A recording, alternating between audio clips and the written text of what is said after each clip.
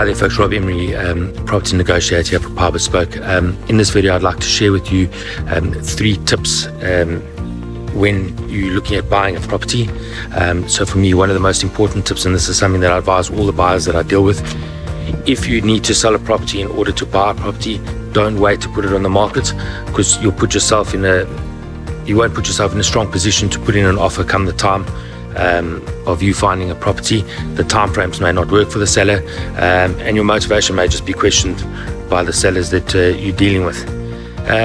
Point number 2 is don't set yourself up for failure. Compile yourself a list of 3 very specific areas, and then list them in preferential order 1, 2, and 3. You can always expand on these areas later once you've exhausted the searches in those areas.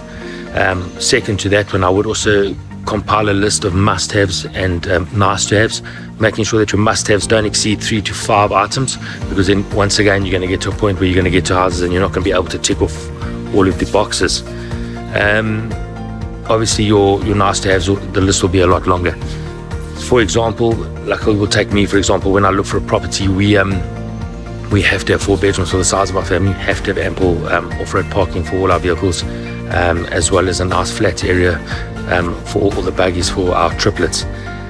Moving on to section 3, if you've got a mortgage in place already and you haven't reached completion, don't go out and take any unnecessary credit, because what it could do is affect your affordability, and then the original mortgage offer could be withdrawn, recalculated, and a lesser offer then given to you, then putting you in a situation where you may lose the property that you put your original offer in on because of affordability.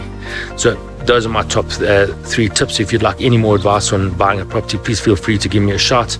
I'd love to hear from you. Have a nice day. Cheers. Bye.